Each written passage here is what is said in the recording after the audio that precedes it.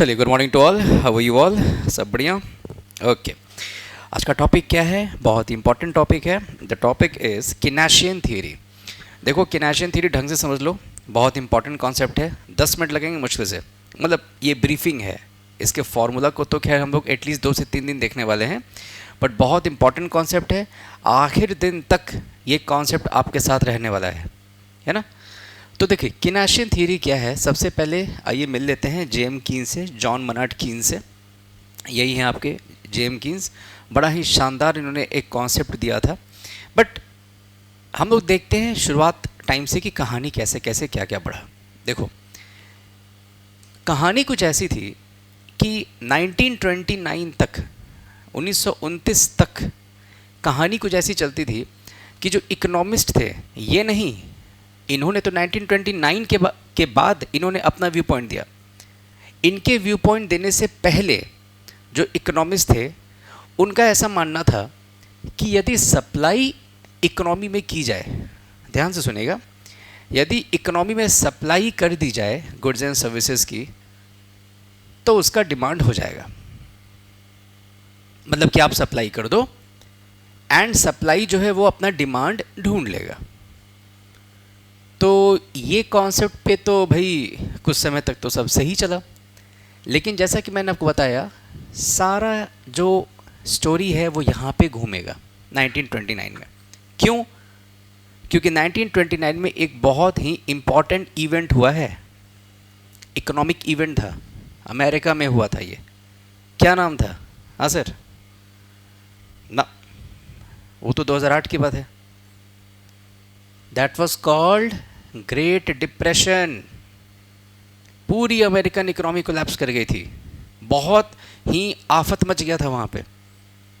Economy बहुत ही down हो गई, बहुत नीचे चली गई इकोनॉमी। अब जब इकोनॉमी जब कोलैप्स करती है किसी भी देश की, जब इकोनॉमी जब कोलैप्स करेगी, तो उसका रिजल्ट क्या होगा? सबसे पहला रिजल्ट क्या होगा? गुड, जॉब कट होंगे वहाँ पे, अनएम्प्लॉयमेंट आएगा ना वहाँ पे। तो जॉब कट होंगे और अनएम्प्लॉयमेंट रेट वहाँ पे बढ़ जाएगा, बिकॉज इकोनॉमी जो है वो कोलैप्स कर रही है, यानी कि इकोनॉमी का परफॉर्मेंस गिर रहा है, प्रोडक्शन गिरेगा उसका, राइट? अब देखो, यहीं से आपको बस कनेक्ट कर देना है। अब क्लासिकल थियरी यानी कि पुराना थियरी क्या था? आप सप्लाई क्रिएट कर दो, डिमांड खुद ब खुद क्रिएट हो जाएगा, ठीक है। बट 1929 में ग्रेट डिप्रेशन में ये देखा गया कि लोगों के जॉब्स जो है वो उनके हाथ से जाने लगे। People started becoming jobless, unemployment rate भी बढ़ने लगा, जिसकी वजह से जब अनएम्प्लॉयड हो जाएंगे लोग, तो क्या उनके हाथ में पैसा रहेगा डिमांड करने के लिए? Can they demand? अरे पैसा ही नहीं है तो डिमांड क्या करेंगे?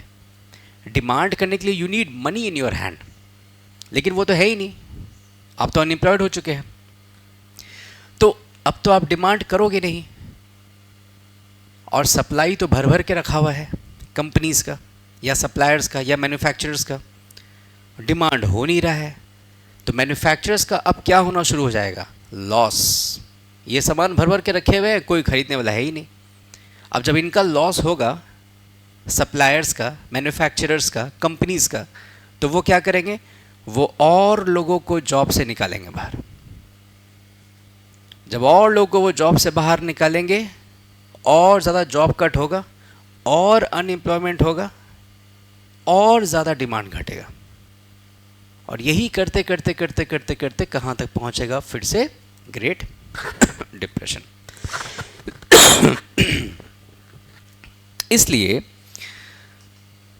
देखिए, इसी बात को यहाँ पे लिखा गया है, कोई डिमांड नहीं होगा, ठीक है। That is why J M Keynes ने ये कहा कि ये कॉन्सेप्ट ही गलत है। उन्होंने कहा कि देखिए, supply creates its own demand, नहीं, ये गलत कॉन्सेप्ट है। समझ रहे आप? अच्छा, एक सेकंड।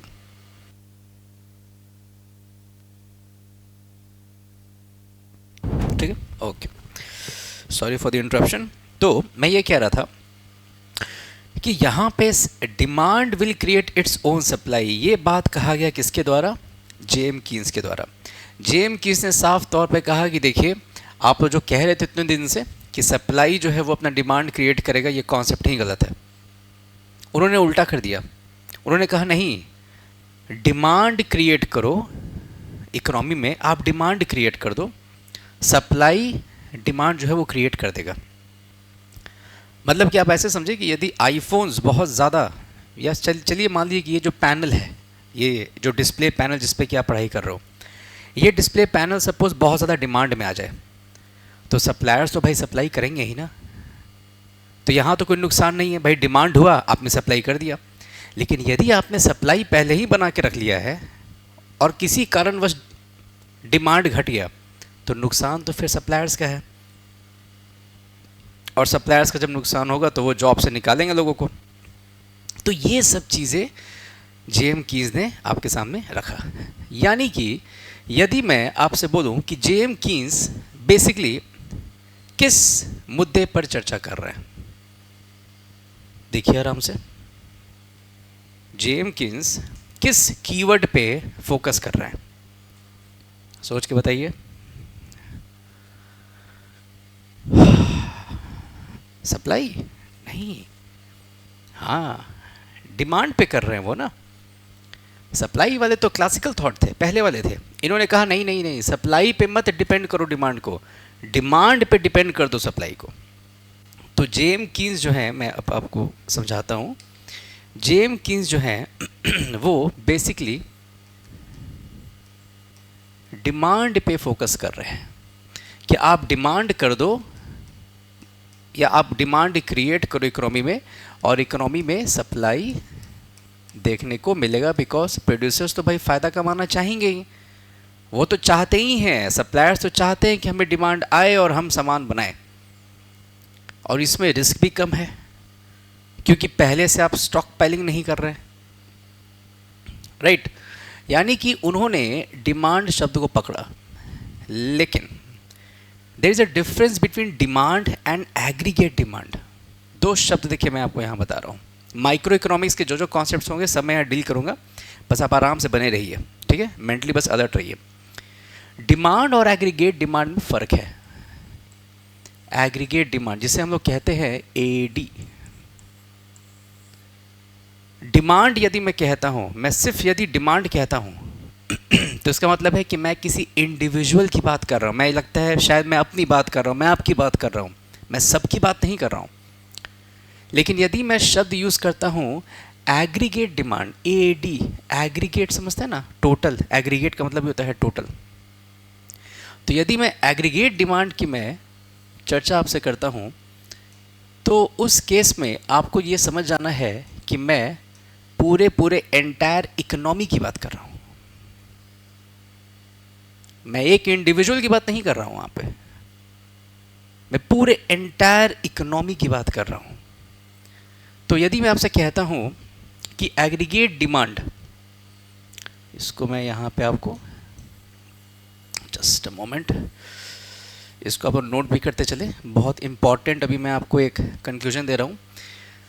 इन्होंने कहा कि एग्रीगेट डिमांड यदि इकोनॉमी में होगा, कीन्स ने यही कहा, तो उसके कारण हमें क्या देखने को मिलेगा, सप्लाई। चलिए ठीक है, यानी कि आप डिमांड क्रिएट कर दो, सप्लाई आपको देखने को मिल जाएगा। सप्लाई किस चीज़ का आपको देखने को मिलेगा, गुड्स एंड सर्विसेज, इन दोनों के आपको सप्लाई देखने को मिल जाएंगे, गुड्स एंड सर्विसेज के, ठीक है। अब अगला जो बहुत ही बेहतरीन कॉन्सेप्ट है, और एक्चुअली वही आपको सीखना भी है, इसलिए इतनी भूमिका यहाँ पे बनाई गई है। एग्रीगेट डिमांड यदि होता है, यानी डिमांड होता है पूरी इकोनॉमी में, तो सप्लाई जो है वो क्रिएट हो जाएगा। और सप्लाई किस चीज़ का होगा, गुड्स का होगा एंड सर्विसेज का होगा। सप्लाई जब होगा गुड्स एंड सर्विसेज का, मतलब आप ये कह सकते हैं क्या कि एक तरह से गुड्स एंड सर्विसेज का प्रोडक्शन होगा।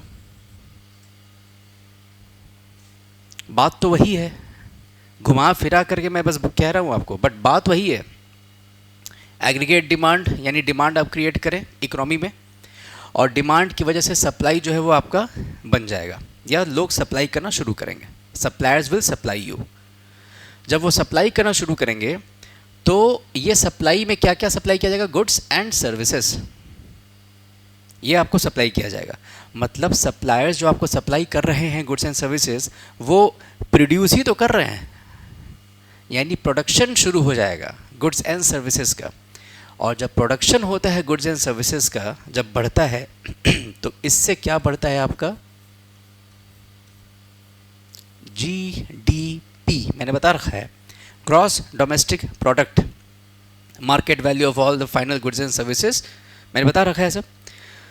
यानी कि अब आप थोड़ा देखिए, कॉन्सेप्ट को थोड़ा लिंक कीजिए। मैं आपसे कह रहा हूँ कि एग्रीगेट डिमांड जब बढ़ा तो सप्लाई बढ़ा, सप्लाई के कारण आपने गुड्स एंड सर्विसेज का प्रोडक्शन बढ़ा दिया। जब प्रोडक्शन बढ़ेगा तो यानी जीडीपी बढ़ रहा है, यानी कि क्या मैं कह सकता हूँ कि एडी से जीडीपी डिसाइड होता है। यदि एग्रीगेट डिमांड हो, यदि एग्रीगेट डिमांड जो है वो बढ़ जाए एक इकोनॉमी में, तो आप ये कह सकते हैं कि आपके देश का जीडीपी भी बढ़ने वाला है। वैसे कुछ इसमें एक्सेप्शंस हैं, वो मैं सब समझाऊंगा आपको समय के साथ, बट अभी के लिए आप ये समझिए टॉप नॉच कॉन्सेप्ट, एडी जो है that gives you some picture about GDP.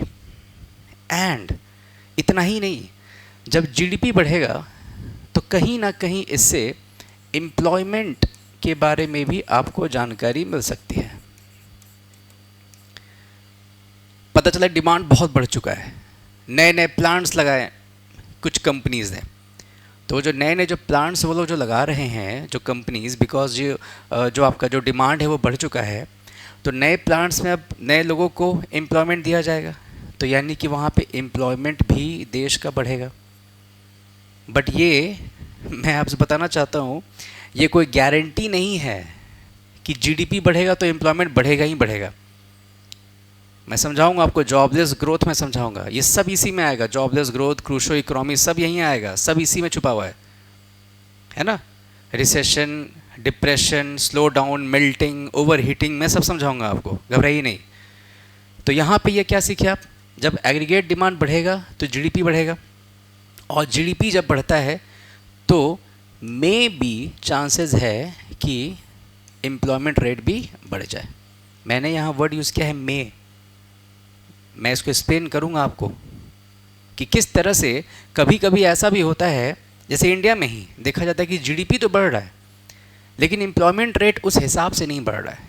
तो इंडिया में केस है जॉबलेस ग्रोथ का, जॉबलेस ग्रोथ, जॉबलेस ग्रोथ। ये क्या है भाई? ग्रोथ तो हो रहा है, यानी कि आपका जीडीपी तो बढ़ रहा है, लेकिन अनएम्प्लॉयमेंट रेट आपका कंट्रोल में नहीं है, यानी एम्प्लॉयमेंट आप जनरेट नहीं कर पा रहे हैं। क्यों होता है? बहुत सारे इसके एग्जांपल्स हैं। एक एग्जांपल आप अभी लिख लीजिए, एआई, आर्टिफिशियल इंटेलिजेंस, है ना। एआई जब सारा काम कर देगा तो फिर लोग क्या काम करेंगे? जो 10 लोग मिलकर काम कर रहे थे वो एक एआई का मशीन कर रहा है, उसको ऑपरेट करने के लिए एक आदमी की ज़रूरत है, 9 लोग बेरोजगार हुए। काम तो उतना ही हो रहा है, प्रोडक्शन पे कोई फ़र्क नहीं पड़ा है, ग्रोथ उतना ही है, इनफैक्ट थोड़ा थोड़ा बढ़ेगा ही, लेकिन लोग तो जॉबलेस हो रहे हैं ना। तो ये सब मैं समझाऊंगा, बस आज मैंने आपको समझाया है कि ये किनेशियन मॉडल है क्या, क्या क्या इसमें पढ़ना चाहिए आपको, ठीक है। तो कल हम लोग डिस्कस करने वाले हैं, एंड बाय द वे इसका जो फॉर्मूला है, let me right it down on the board. देखिए बेसिकली हम लोग कल से क्या डिस्कस करने वाले हैं मैं समझा देता हूँ आपको, ताकि थोड़ा आपके दिमाग में एक माइंड मैपिंग बना रहे। ये करने वाले हम लोग डिस्कशन,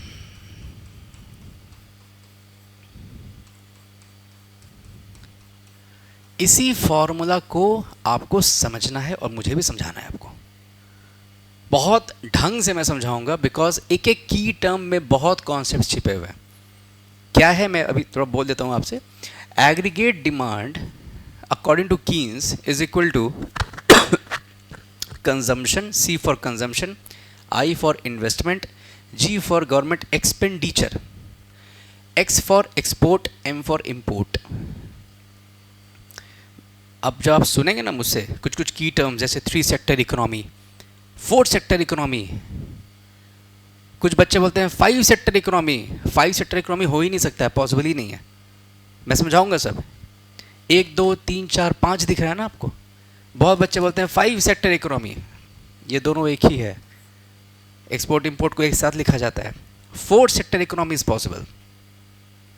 इसी में मैं आपको समझाऊंगा ओपन इकोनॉमी क्या है, क्लोज्ड इकोनॉमी क्या है, क्रूशो इकोनॉमी क्या है, स्लो डाउन क्या है, मेल्ट डाउन क्या है, बहुत कुछ आपको यहाँ से मैं समझाऊंगा, राइट। तो इसलिए इस टॉपिक को अच्छे से पढ़ें, ढंग से पढ़ें एंड तन्मयता दिखाते रहें। So all the best, take care, see you in the next lecture. Thank you.